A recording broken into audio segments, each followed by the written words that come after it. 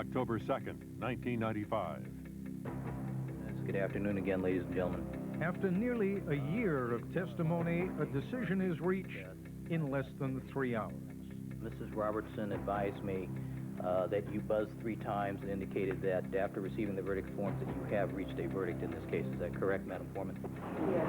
But with the lead lawyers out of the courtroom, the announcement is postponed until tomorrow, unleashing a whirlwind of speculation. It would be extraordinary to have a guilty verdict returned this quickly. If I were the defense, I would be very concerned at this point. With 5 hours worth of deliberations, I think that it has to be not guilty. This guy has gone down, and he's convicted. And keeping the jury away from home for one more night. All right, ladies and gentlemen, then have your last pleasant weekend evening, and we'll see you tomorrow morning at 10 o'clock. Tonight, the state versus OJ Simpson, waiting for the verdict.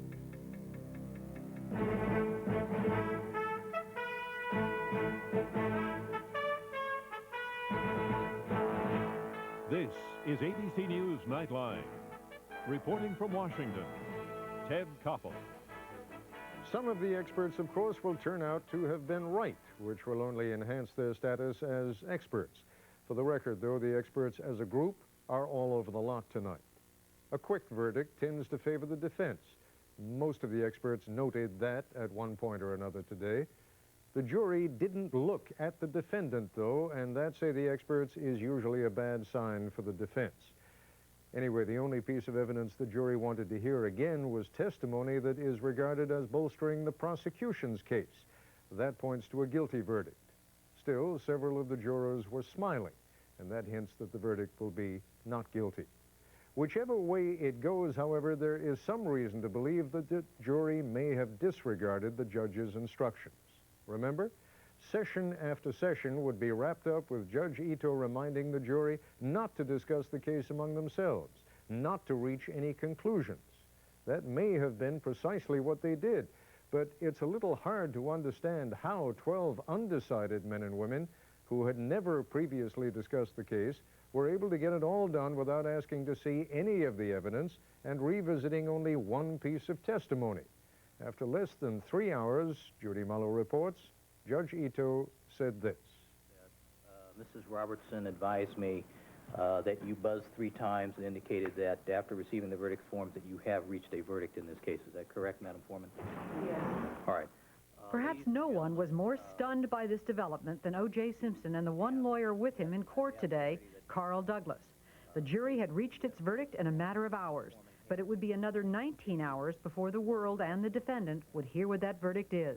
I indicated to the attorneys that I would give them a reasonable opportunity to be here for the announcement of the verdict, and I've indicated to them that I will accept the verdict from you tomorrow morning at 10 o'clock. The first inkling that they were moving along quickly came earlier today when the jurors asked the court to read back testimony from Alan Park. He is the limousine driver who took O.J. Simpson to the airport on the night of the murders. Because jurors are not provided with transcripts, the court reporter took the stand to read Park's testimony for March 28th. I was looking for his house, so I was looking at addresses along the curb to find out which one was his, and that was the only spot there was an address. I saw them all the way down the street, so, question, okay, so you recalled that you saw that address? Answer, yes. Question, and you were looking at that curb? Answer, yes. And when you looked at the curb and you saw the address on that night as you drove over Brockingham, you indicated before that you did not see the white Bronco there? Answer, no. Did you see any cars parked along the curb to the north of the Rockingham gate? Answer, north of it? No. Park was one of the prosecution's best witnesses, one who clearly had no bias in the case, one who checked his watch every few minutes that night. He also called his boss on his cell phone several times, concerned because Simpson did not appear to be home when he arrived to pick him up. And he's the witness who saw a 200-pound black person cross the driveway at about 10:52 p.m. and enter the front door. Right after that, said Park, lights went on inside, and Simpson finally answered the intercom, saying he'd overslept. In her closing argument, Marcia Clark highlighted that testimony, saying that person had to have been O.J. Simpson returning from the crime scene. So there was no other way in, and that is why Alan Park saw the defendant walking in the door that night. And I'm going to tell you something, ladies and gentlemen. That was the defining moment of this trial. That was the one.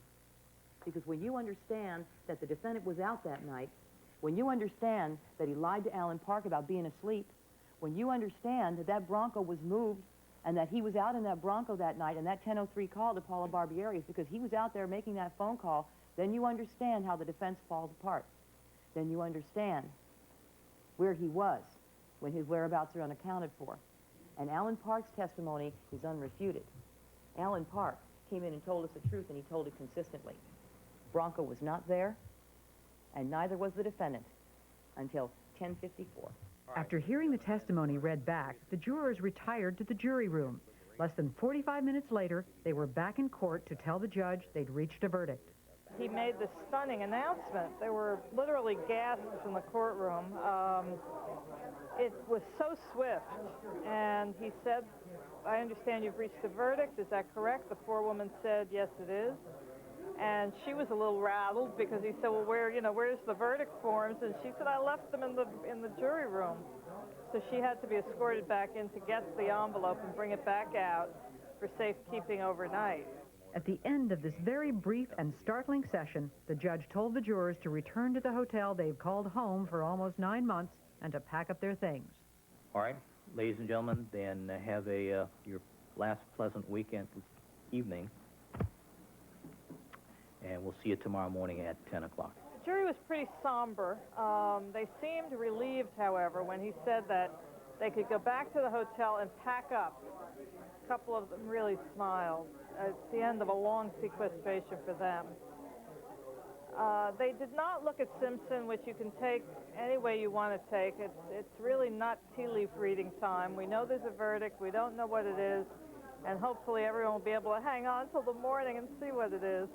And so the jurors went back to their hotel, and a grim-looking OJ Simpson went back to the county jail to begin what will surely be the longest night of his incarceration so far. But the police and sheriff's departments have plans to bolster their ranks tomorrow by adding more officers and deputies to the day shift. But even though the LAPD has opened an emergency operations center and has called for a modified tactical alert, no one seems to be expecting serious trouble. In the words of one police sergeant, "In all honesty, we've not received any information that would indicate that we should anticipate any large-scale problem." Ted? Judy, is there any sense that the reason for holding things off until tomorrow, I realize a couple of the lead attorneys were out of town, was precisely to give the police a bit of a chance to get ready? I think it's a combination of both, Ted. I think the attorneys, that is, have to get back. That's clear, and some of them were out of town. But I think it's also a chance to get the police, their tactical alert in place, the city ready for this. As you know, this has been something of an obsession out here in Los Angeles, not to mention across the country. And I imagine there'll be a lot of people who are staying home tomorrow to watch this. I imagine there'll be people taking long lunch hours in the east to watch this. It's going to be happening at 10 o'clock tomorrow morning, your time, 1 o'clock East Coast time. Right. Judy Muller, thanks very much. Joining us now from Los Angeles, Andrea Ford, a criminal court reporter for the Los Angeles Times, and Linda Deutsch, who covers criminal court cases for the Associated Press. Linda, let me begin with you. You said there was sort of everyone has used the same word, stunned, stunned, stunned, stunned. So what happened in court? Describe it for me, would you? What happened in court was actually quite low-key. The judge did not show any emotion. None of the lawyers showed any emotion. Even the jurors were pretty stony-faced. But the words were what carried the impact. When the judge said, "I understand you have a verdict," there were gasps, there were jaws dropping all over that courtroom. Everyone was absolutely startled because we had expected a much longer deliberation, certainly not just a few hours. Why, Andrea, if indeed you agree with that, why was the expectation that it would take so long? Because now that people are beginning to rationalize it, they're saying, well, they had 9 months to go over it. Well, you would think that just for appearance's sake, that's what I thought, that for appearance's sake they would be out for a couple of days, that they would, out of a sense of duty, go through all of those volumes of evidence, that they would spend some time with it. And you have to believe now that perhaps they were doing that all along. Doing what all along? Deliberating in some way in their own minds, and I don't mean by them talking, violating the judge's order and talking, but by sifting through this information all along. And reaching a conclusion. And perhaps so. Okay. Andrea Ford, Linda Deutsch, if you'll be kind enough to stay with us. When we come back, we'll be joined by Simpson defense attorney Alan Dershowitz. That in a moment. This is ABC News Nightline, brought to you by Sharp Electronic Corporation.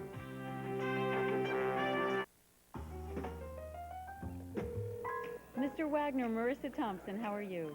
I'm here in my office, and I just wanted to confirm our appointment this afternoon. You're off Route 15, right? The proposal? Sure, I have it right here. Absolutely, I'll fax it and we'll go over it. Jane, can you fax the sales proposal to Mr. Wagner? Sure. Oh, she is terrific. You'll have to meet her. The Sharp Wizard, carried by the most organized people on Earth. When was the last time you played in the rain? Let your hair go wild. Flexed your muscles to the world. Stayed up past your bedtime. When was the last time you really had fun in a car? Riviera by Buick. Go ahead. Express yourself. Tomorrow, live at 12 Eastern, The Simpson Verdict, followed immediately by Barbara Walters' exclusive interview with Robert Shapiro, and later an ABC News special at 10, 9 Central. Discover a world of rugs during the International Rug Event at the Bon Marché, where you save on every rug, more than twice the normal selection brought from around the world for this sale. Save 35 to 50% on traditional and contemporary looks from China. Save 50% on the entire stock of renowned Karastan. And take 50% off thousands of unique, hand-knotted imports from the Orient. Bring the world home to your floor at the International Rug Event during the anniversary sale at the Bon Marché. I used to worry about kids' cold medicines. The last time I gave one to Sarah, it really knocked her out. I'm so glad there's finally a children's Sudafed. Only new children's Sudafed cold and cough medicines are all free of drowsy side effects. It clears up her congestion and cough without making her drowsy. What did you make? What did you make? Now we both feel better. Wow. New children's Sudafed. Knock out the cold, not the kid. Lead defense attorney Johnny Cochran returned to Los Angeles late tonight. He spoke briefly to reporters at the airport. Well, you know, it's hard to figure, but I guess they'd heard enough, and they weren't out very long, and we'll find out tomorrow. Are you concerned about the readback, Johnny, the fact that they asked for Mark, for the limousine driver's testimony? No, I'm not concerned about that. What will you talk to OJ? I'll talk to him tonight as soon as I get home. That's just that we're looking for... No, we're just looking for it. He was there. We're looking forward till tomorrow, and looking forward to trying to get a verdict and getting this behind us. And that's what we're trying to do, you know. No, I've not, but Carl Douglas has. Have you got any sense about how easy had to go? Well, he's looking forward. He's looking forward to this. Looking forward to putting this behind him, and hopefully he'll be home tomorrow night. A lot of the experts have said that a quick verdict favors the prosecution. Not necessarily. If you look in the papers from Sunday, all the experts said the verdicts, these jurors would be out for weeks. So nobody really knows. We'll have to wait until tomorrow. I'm surprised. Yes, I'm surprised somewhat. But this I thought it'd be at least a week. But this jury has been a really good jury, and I'm satisfied it's in their hands, and I'm ready to see what they do tomorrow. Joining us now from Watertown, Massachusetts, another Simpson defense attorney, Alan Dershowitz, and we are back again with Andrea Ford of the Los Angeles Times and Linda Deutsch of the Associated Press. Mr. Dershowitz, just before you and I came on, we were chatting very briefly, and you were saying you've been preparing the appeal for a year. You were kidding, right? No. Of course, appellate lawyers are programmed to be pessimists. We always prepare for the worst-case scenario, and we have been filing briefs in this case for over a year, which would form the basis for an appeal if there were to be a conviction. And, of course, as an appellate lawyer, I'm always thinking that there's a possibility of a conviction. So tonight I'm just outlining and thinking through what possible issues there might be if there were to be an appeal based on a conviction. It's going to go one way or the other tomorrow morning. The one thing we now know is there isn't going to be a hung jury. If he is found not guilty, then all of this discussion is academic. So let's just for the moment assume if there is a finding of guilt, can you give us a sense of what some of the principal areas of appeal are going to be? Sure. First of all, the search and seizure, the credibility of the police in climbing over the fence and saying that O.J. Simpson wasn't a suspect at that time, the admission of 18 years of spousal discord, including a dream and a joke, the exclusion of much of the Furman tapes, the failure to give an instruction on his invocation of the Fifth Amendment, the allowing of Thano Paradas to testify in unsworn videotape.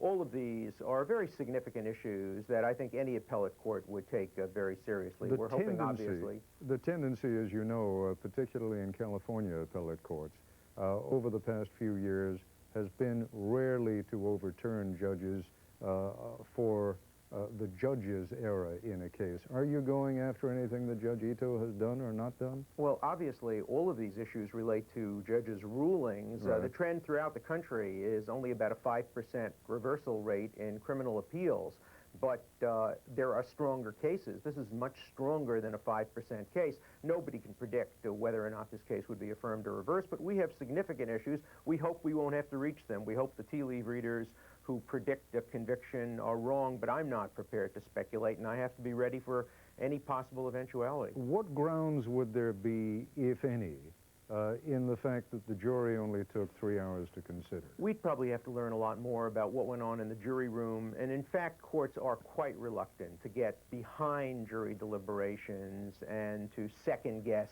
how the deliberations went. But if we found out that, in fact, the jury hypothetically had made up its mind before the closing arguments or during the course of the testimony, that could be a basis for appeal. But that's a very, at this point, on the basis of what we know, just the haste of reaching a verdict is not a very promising avenue for appellate review. Just give me your sense as an attorney of many years standing before you know the verdict now, how you feel, though, about a jury in a case that has been dragging on now for the better part of a year, and one in which they have been involved for over 9 months, in resolving it in just 3 hours. Well, I think it's a source of concern. I think everybody would have been happier, whichever side you're on, and people obviously have taken sides on this case, if the jury had asked for a lot of the evidence, if it had spent a few days at least going over everything, and then come back and said, look, we've evaluated all the evidence and all the testimony, and this is our verdict. I think people who are opposed to the verdict will have an appearance of injustice issue to focus on in what they will claim will be a rush to judgment. We just don't know enough to know whether that's valid or not, and perhaps in days to come we'll find out. We'll also find out how the jury feels when it learns how much evidence was kept from it, particularly the Furman tapes. We may have a jury that says, gee, we were pretty satisfied one way, but now that we know what was kept from us, we have grave second thoughts. So there's going to be, this case is far from over. Andrea Ford, Linda Deutsch, the two of you have been covering this case throughout. Anything that either one of you would like to address to Mr. Dershowitz? Linda? I wonder whether you feel that the Furman issue, now that we know that there's such a great rush to get this verdict out, whether the Furman issue was as important as all of us said it was. Well, it may very well be that the jury will end up telling us they believe Furman was telling the truth about the N-word, that all they learned about is that he used it 2 times. They never heard anything about this business about killing African Americans and burning them. And what was Johnny arguing about? We didn't believe Kathleen Bell, they may tell us. It may turn out the judge was just dead wrong when he said that it would be overkill to give them more of the tapes and that really it would be more prejudicial than probative. It may turn out that it was really important for the jury to hear much more about the Furman tapes so that they could then judge the credibility of the witnesses. Otherwise, it's still a cop's word against 3 Good Samaritans' words, and we know that jurors often believe policemen, particularly when they don't hear the full extent of what the policeman may have said on the tape. Tell you what, let's take a short break. When we come back, Andrea Ford, let's pose your question to Alan Dershowitz, and I'll have a couple of my own. Back with Alan Dershowitz in a moment. To you, it looks like this. To a car thief, it looks like this. And to Ford Motor Company engineers, it looks like the most powerful anti-theft device ever. Only this key sends an electronic code to the engine before it will ever start. So it looks like your new Taurus will be just where you parked it. Ford. Quality is job one. Thanks to Sprint Business, there's a company who does more business in skis. Sprint gave us an edge. Sprint worked with Volant and brought them real solutions to help them get ahead, so they can check orders online from anywhere and promote new products through video conferencing. Now, they do business a whole new way. And sales are really soaring. We'll help your business do more business. Call Sprint Business. The trial of the century finally comes to an end. Complete coverage of the state versus OJ Simpson on the next Good Morning America. Here on ABC. DeVille has the roomiest interior of any front-wheel drive car in America. DeVille holds its value 12 percentage points better than the Lincoln Town Car. Count on Cadillac this summer, because right now, current Cadillac owners can lease the DeVille at its lowest lease rate of the year. Only $449 a month for 24 months with $1,800 down. Cadillac, creating a higher standard. See your Northwest area Cadillac dealer. Secondhand smoke is bad for kids. Did you know that? I learned it in school. Even in big rooms, the cigarette smoke goes everywhere. And when you breathe it in, you could get asthma. That's the truth. It makes me really scared. Does it make you really scared? Introducing the TL series from Acura.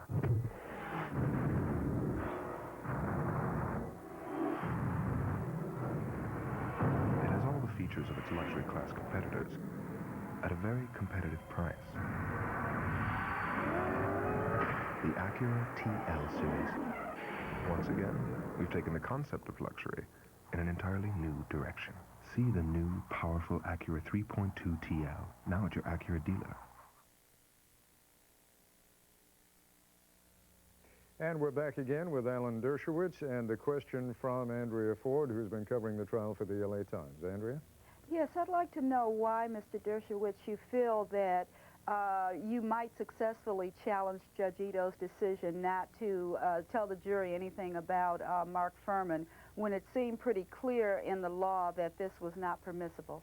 No, it's not clear in the law. There is a California statute that says that the invocation of the Fifth Amendment should not be disclosed to the jury, but there is a United States Supreme Court case that says that when a non-defendant invokes the Fifth Amendment, it's perfectly relevant for the jury to assess, either in civil cases or when the non-defendant is a witness in a criminal case. So we have a conflict between federal constitutional law and the practice in California, and the better practice all over the United States is to advise juries when a policeman who has testified fully and incriminatingly then selectively invokes the Fifth. He may have waived the Fifth Amendment privilege. It's a very significant issue, and I think academics and commentators all over the country understand that it's a serious issue. That doesn't mean that I'm predicting or anybody could predict how an appellate court would eventually decide it, but that's an issue that could eventually find its way to the United States Supreme Court or to the Ninth Circuit Court of Appeals. You've been studying the case closely. What does this case tell you about the validity of long trials like this?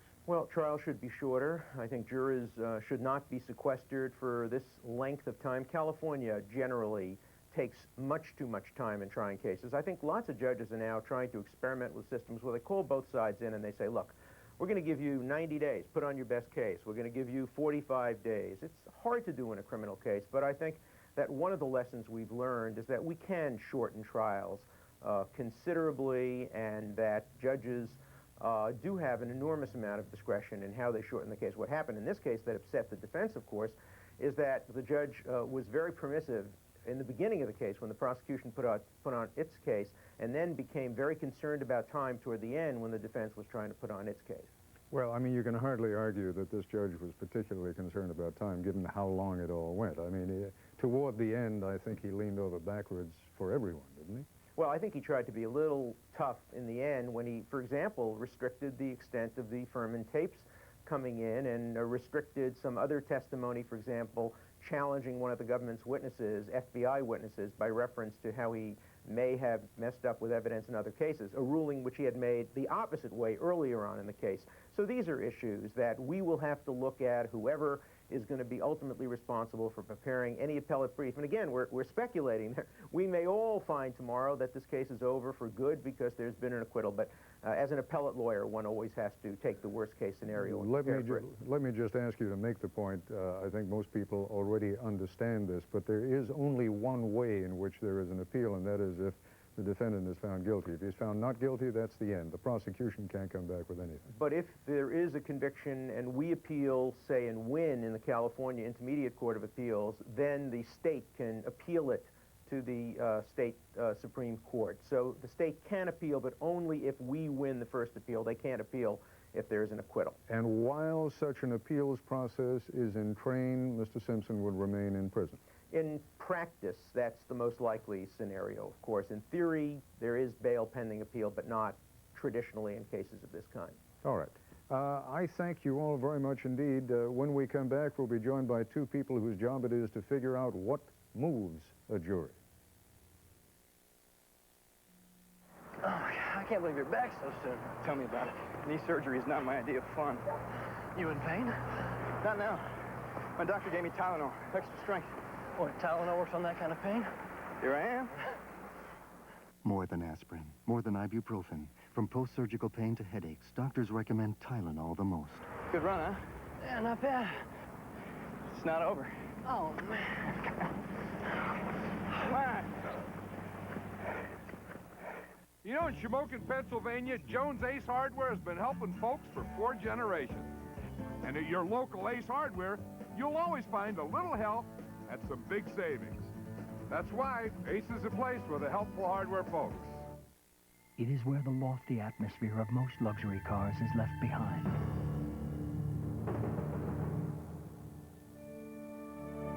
It is the American-built flagship of Toyota, Avalon. Combining refined performance, comfort, and Toyota's unparalleled reputation for quality, Avalon delivers the greatest luxury of all, peace of mind. Avalon. Experience the tranquility. Why shouldn't you just ask us? It's not like we don't know anything about the environment. Kids care a lot about their world and where they live right now. I think everybody should recycle more. They can use it again and again and again. America's Forest and Paper people are listening. With your help, we now recover 40% of America's paper for recycling, and we're committed to 50% by the year 2000. America's Forest and Paper people, improving tomorrow's environment today. When one chemical company starts cleaning up its act, that's good. When 2 chemical companies do it, that's better. And when 200 companies get together, they can make a real difference. The members and partners of the Chemical Manufacturers Association make 90% of America's chemicals, and they're making some changes to make a difference for all of us. On October 13th, the language of love begins with one letter. From one of the most controversial novels of its time, The Scarlet Letter. Demi Moore, Gary Oldman, Robert Duvall. A film by Roland Joffe. The Scarlet Letter, rated R.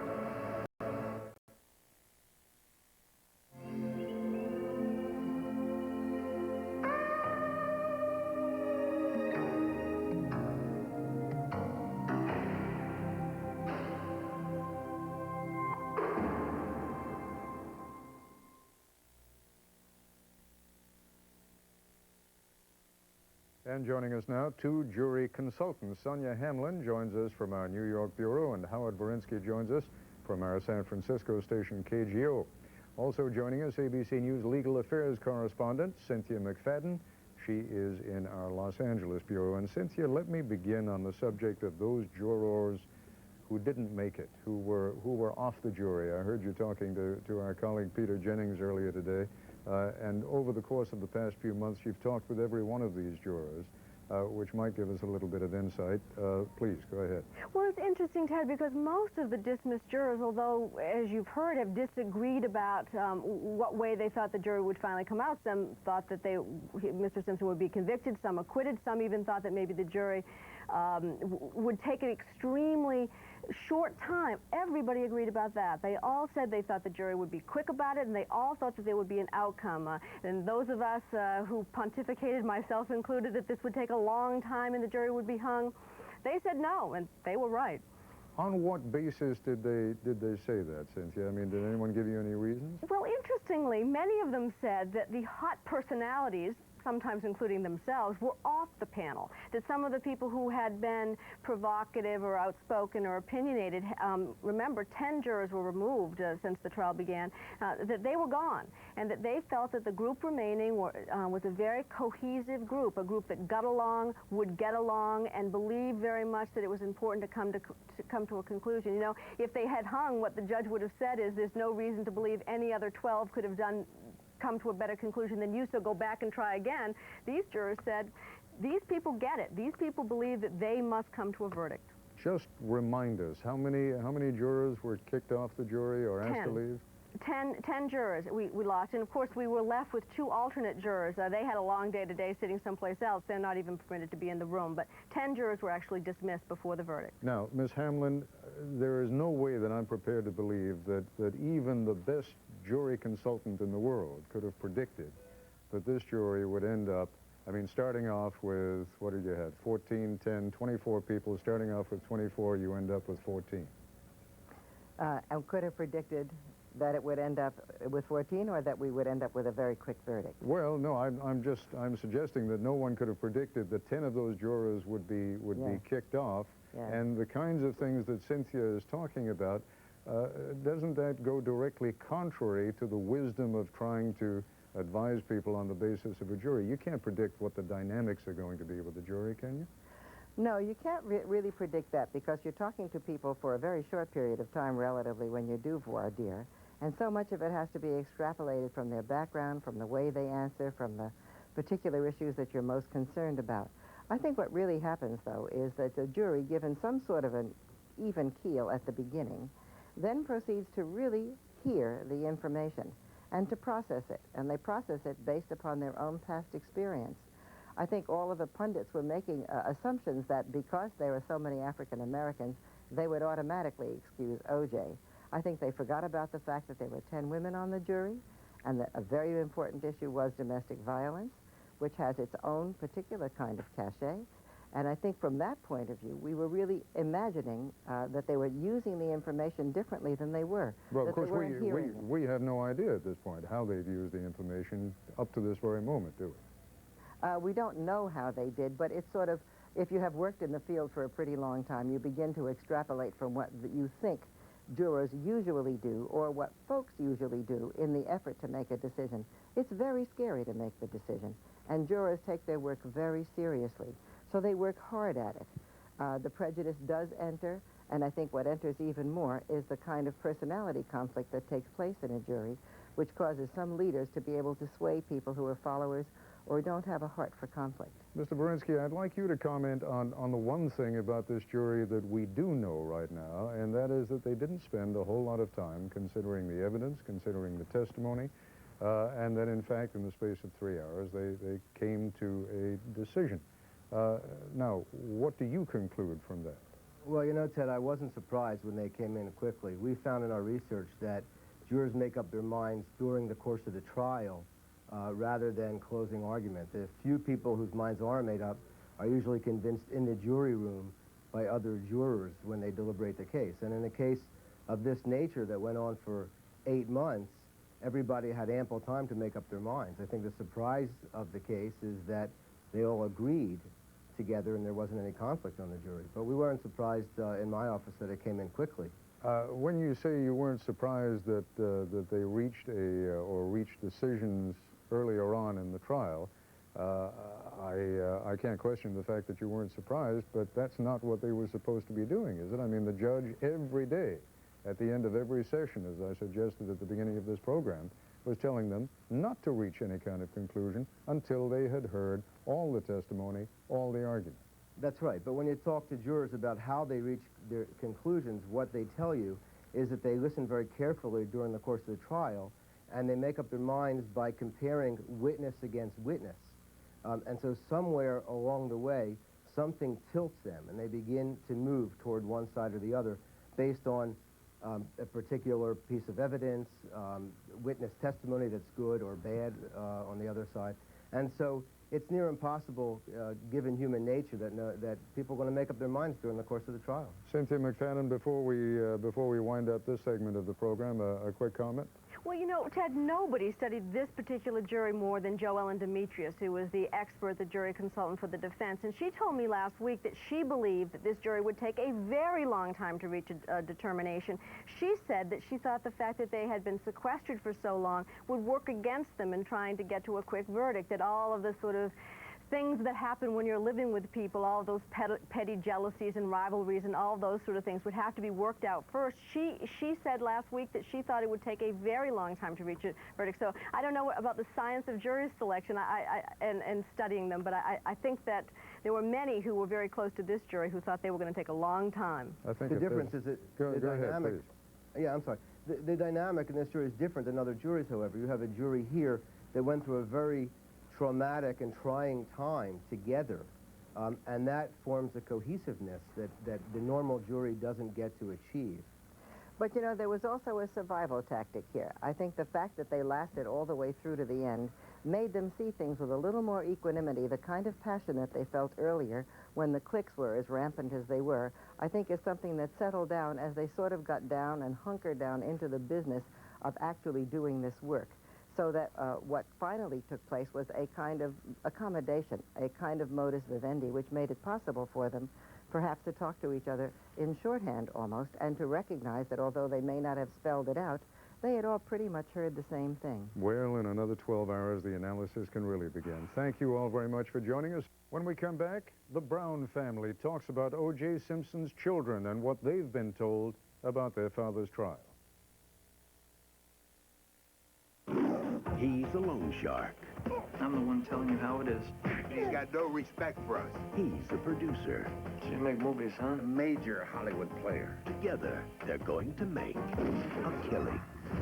Yesterday, you were a loan shark. Yeah, but I was never that into it. John Travolta, Gene Hackman, Rene Russo, and Danny DeVito. Thought of a title yet? Get Shorty. All right, what's my motivation? Rated R. Starts Friday, October 20th at theaters everywhere.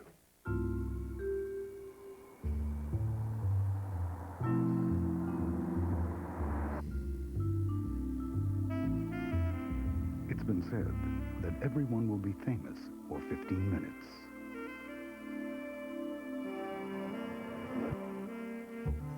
For some, that's just their daily commute. The 1995 Lexus Coupe. Tuesday on an all-new Murder One, the victim's secret diary has explosive revelations. There'll be a lot of sweaty palms on the west side. Murder One, Tuesday at a special time, 9/8 Central.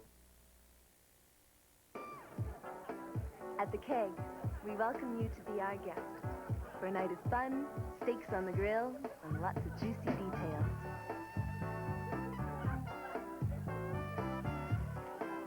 That's why people keep coming back to the Keg. Great steaks, good friends.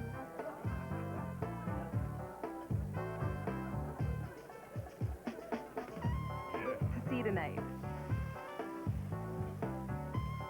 Head lice. It threatens as many children each year as chickenpox. But unlike chickenpox, head lice can come back. Stop it with Nix. Only Nix kills lice and keeps them from coming back. Nix it. Sandy Patty was the biggest star in gospel music history until she confessed to infidelity. I started screaming. How long has you been having an affair with Sandy Patty? A gospel music star's fall from grace. Watch tomorrow at 4:30 on Como, TV4. We opened this place 22 years ago. She's ornery. She's also my best friend. I guess her hands started hurting her kind of off and on back in March. She worked through it, but she was taking a lot of pills. And I said, honey, why don't you call the doctor? That's who told her about a leave. It's take it every 8 to 12 hours. Tylenol, I was taking up to 8 a day. With Advil, I'd take 6. Anyway, Aleve was all she needed. Maybe one of these days we'll stop bickering. They'll bet on it. Aleve, all day strong, all day long. On Sunday night, Diane Sawyer spoke with 5 members of Nicole Brown's family. They have had custody of the children since their mother's death. Diane joins us now from our Los Angeles bureau. I am astonished, Diane, at the sort of iron determination of the families in this case and how they have held up and how, on rare occasions, they have even been willing to talk to people like us. I know, Ted. And, you know, for a year now, the Brown family has been trying to make meaning out of tragedy. They have talked to battered women. They have set up a Nicole Brown Foundation. But I have a feeling that tomorrow, even though we talk about the attorneys as gladiators in the arena, for the Goldmans and for the Browns, there will be no victory, no relief. Just another day of pain because, remember, whatever the verdict is, they have to look at the faces of their grandchildren. And their grandchildren are Sydney, age 9, Justin, age 7, and you'll hear now what these grandchildren knew as of yesterday. But how much do they know now? Do they know the jury is out now? Do they know what the defense has said? Do they know? They don't know what anybody said. They just know the trial, and this is only Sydney. Sydney knows the trial is over, and they are discussing now who did the murders, who is guilty. And that much she knows, and she didn't ask. And when the children don't ask, we don't volunteer. And Justin knows nothing. Well, Justin knows, yes. Justin also knows that Daddy is with the police, and Daddy is accused. It's not Daddy killing Mommy, but it's OJ killing Nicole. That's how he puts it. Do you think you should try to prepare them for a verdict one way or the other, Well, or is there no we have a preparing? counselor. We have a counselor, and we asked, and we discussed. He came over, and we discussed, what shall I do now? Shall I start slowly preparing? But, you know, he says, why worry them now? When the time comes, as before, always plenty of time for tears. Well, we still cry a lot. Well, I mean, of course, there's going to be tears. It's only a hair away. Is this the hard time, the waiting? No, the worst has already happened. That's right. That's what I say. The worst already happened a year and a half ago. What will you do if he comes walking out and comes to get the children? We don't know.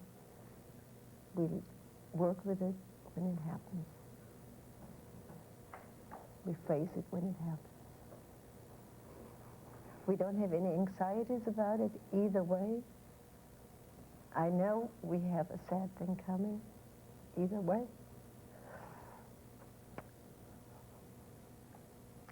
But we'll just wait. Well, there was a tough question that you asked at the end there, Diane, because I'm not sure that anyone has really focused on that. But of course, if he is found not guilty, he's going to want his children back. That's right, and of course, they have lived for these children, the lengths to which they have gone to make sure that he stays in contact with them, to make sure that they don't prejudice the children in any direction, that they give the children a kind of cocoon and a shelter from all of this, has been truly admirable and truly difficult, so that when tomorrow comes and there is a future one way or the other, I think it's going to be a jolt. That was a stunning distinction. Who is it? It's Justin, right? Who doesn't talk about what happened between Mommy and Daddy, or what may have happened, but between OJ and Nicole. Did you talk some more about that at all? Yes, we did. You know, Justin and Sydney both do a couple of things. They not only speak in the third person when they need to deal with something just for survival, they do something else. When they go into a store and there are magazines around and they see headlines, rather than reading them, they'll turn to Denise in some case or to one of the sisters and say, there are magazines over there. Could you go turn them around before we see them? They have survival mechanisms too. They know what they need to face another day as well. This trial has become the all for this family over the past year, hasn't it? Well, the trial, of course, has marched alongside them. What they have tried to do for the children, and they're quite interesting about why they started out opening day, opening statements, And they showed up every day, and then they started not appearing for long passages. And they said they would come home at the end of the day, and the children would read their faces. They decided far more important than being there every single day for the trial would be to carry on the work of the foundation, but mainly not to provide mirrors for the children of the outside world. So they stayed home and tried to talk about moving forward for the children, even as the trial moved along parallel to its conclusion. Diane, thanks much indeed. There'll be more of Diane Sawyer's interview with the Brown family as part of the special events coverage by ABC News of the jury's verdict, which is expected at 1 p.m. Eastern Time tomorrow. When we come back, I'll be joined by ABC News consultants Robert Philibosian and Leslie Abramson. I remember when the only choice was aspirin. Next came Tylenol, but couldn't always handle all my tough headache pain. And now there's Aleve. But if pain comes back once you've taken it, you could be in pain hours before you can take more. No thanks. For me, the best choice is Advil. I can take Advil the way I want to. Advil contains the #1 doctor-prescribed pain reliever in its class in non-prescription strength. Nothing is proven to work better or last longer than Advil. Nothing. Advanced medicine for pain. Ready? It's the last night of this century. I'm the magic man. For a man who's seen too much. This is conspiracy paranoia. For a woman who won't back down. Calm down, baby. This is what I do. Strange days are coming. Cheer up, Rose. Gonna end in 10 minutes anyway.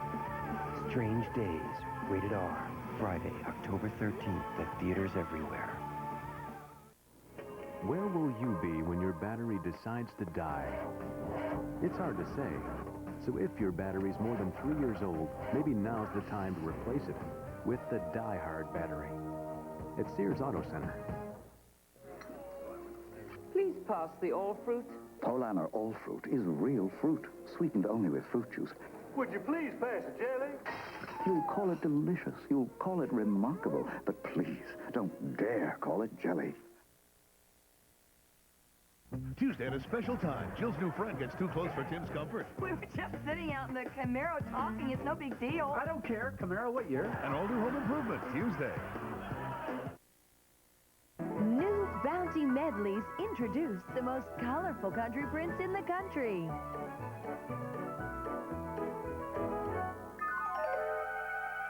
They're the quilted quicker pretty upper because they're a world of color.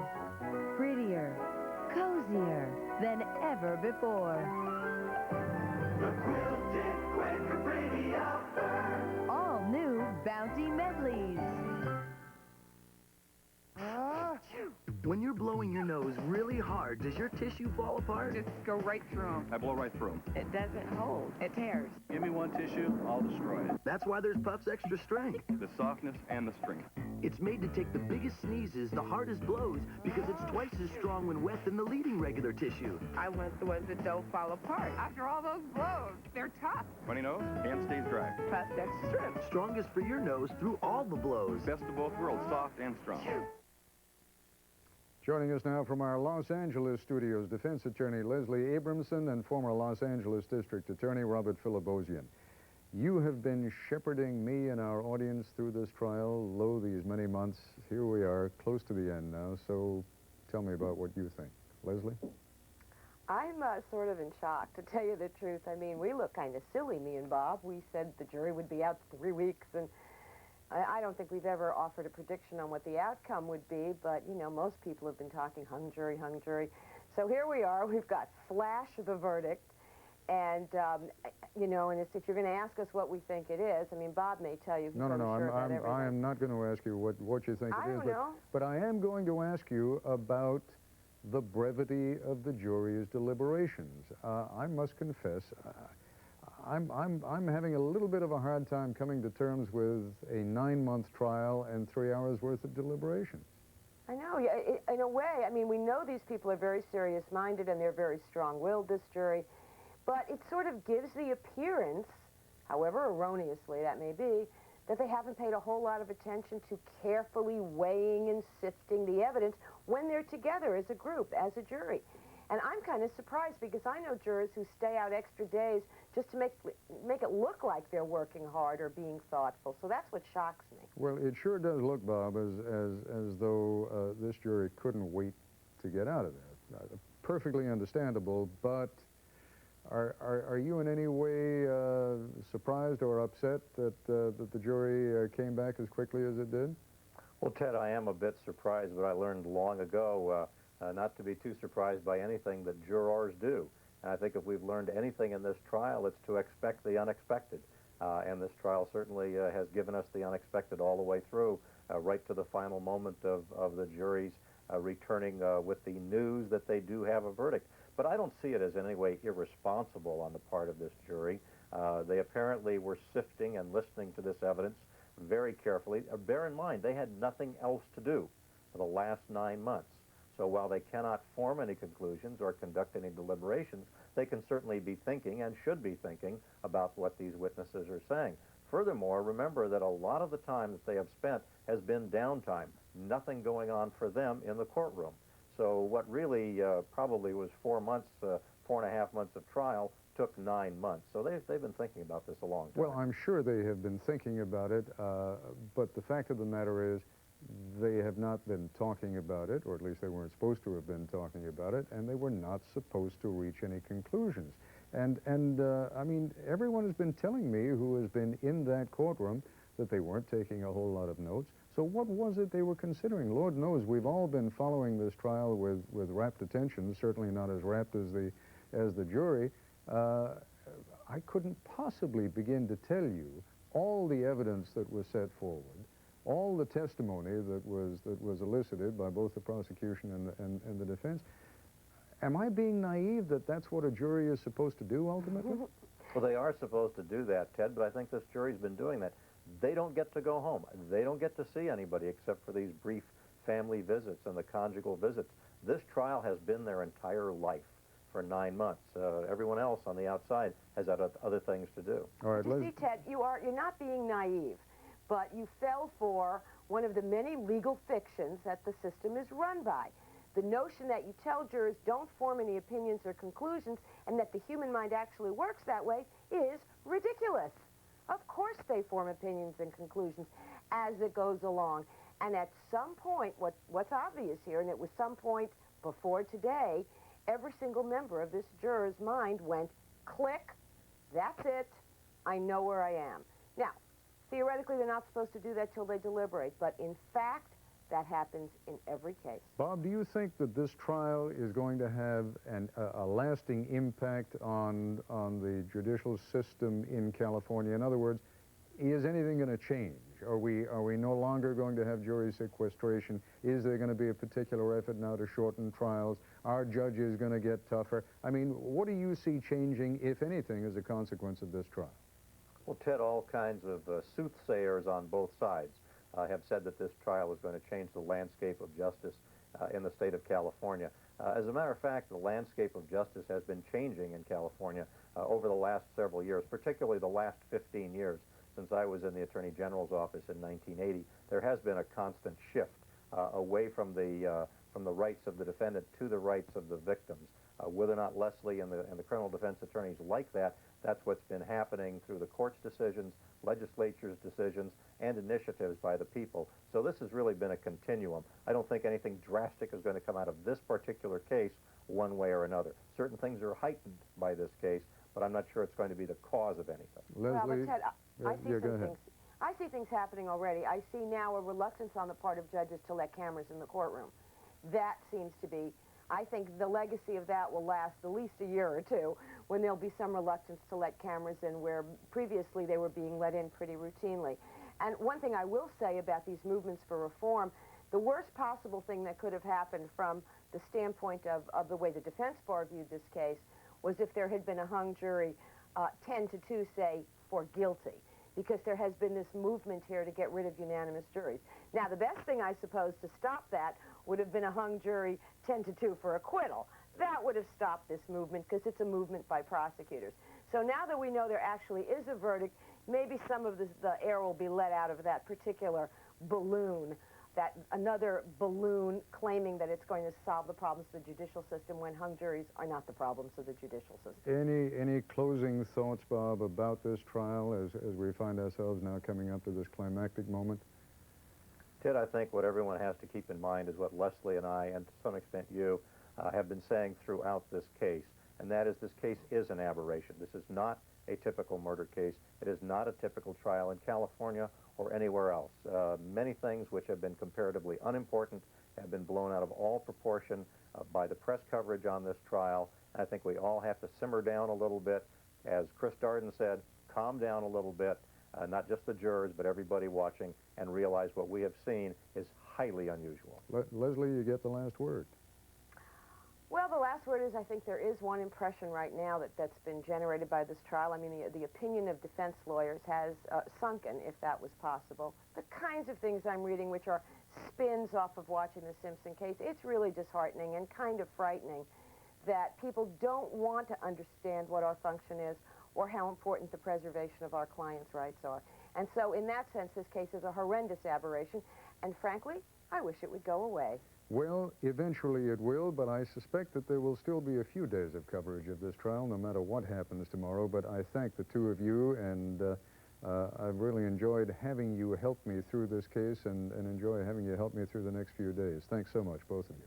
You're welcome. I'll be back in a moment.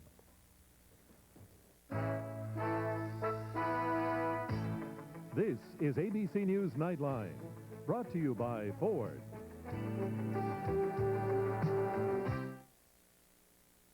It's just like a dream you can hold in your hands. Taurus stole your heart once, it'll steal it again. Ford introduces the all-new Taurus.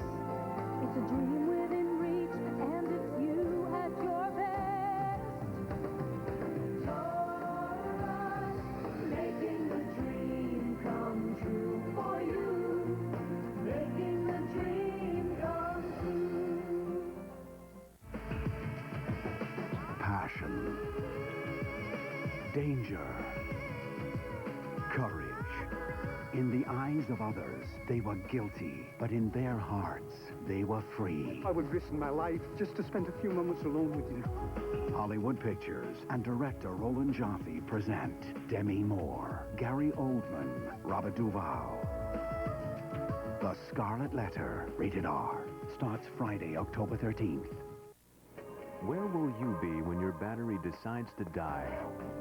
It's hard to say. So if your battery's more than 3 years old, maybe now's the time to replace it with the Die Hard battery. At Sears Auto Center. I'm using Pam, the only leading all-natural cooking spray to cook a low-fat feast. Pam lets the natural flavors come through, so nothing comes between you and the taste of your food. Pam. Tomorrow, live at 12 Eastern, The Simpson Verdict, followed immediately by Barbara Walters' exclusive interview with Robert Shapiro, and later an ABC News special at 10, 9 Central. She's a strong person, someone who can smile through most anything. But sometimes you just can't close your eyes to the aches anymore. When the pain outlasts the Tylenol and you've tried Advil, you try your doctor, see what she recommends. She said take a leave every 8 to 12 hours. A fast-acting form of the medicine anapricin. A top prescription brand. At the end of the day, a leave's stronger relief than a dose of Advil, longer lasting than extra-strength Tylenol. She's tougher than I'll ever be. Women usually are. Aleve, all day strong, all day long. Think, Howie, why is your throat, your cough, your fever all feel worse? Because it's nighttime, and you can dwell on it. Take what you used during the day. Well, you'll still be up all night coughing. Your speech will bomb at the convention. Nighttime is no time for a 1 or 2 symptom medicine you take during the day. Room service, you have any NyQuil? The corner drugstore? With Vicks NyQuil, the nighttime sniffling, sneezing, coughing, aching, stuffy head fever so you can rest medicine. The difference is night and day. We hope you'll stay with ABC News throughout the day tomorrow, beginning with Good Morning America, which will have extended coverage until noon Eastern Time, at which time Peter Jennings will have live coverage of the verdict. Barbara Walters follows immediately with an exclusive interview with Simpson defense attorney Robert Shapiro, and tomorrow evening an ABC News special, The State versus OJ Simpson, the verdict. And that's our report for tonight. I'm Ted Koppel in Washington. From all of us here at ABC News, good night. Nightline is a presentation of ABC News. More Americans get their news from ABC News than from any other source. Tuesday on an all-new Murder One. The victim's secret diary has explosive revelations that send shockwaves throughout Hollywood. For all we know, Jessica was planning on blackmailing one of these men, none of whom could afford to have these revelations made public. There'll be a lot of sweaty palms on the west side. Murder One, Tuesday at a special time, 9/8 Central. Traffic updates every 10 minutes tomorrow morning on Como News 4.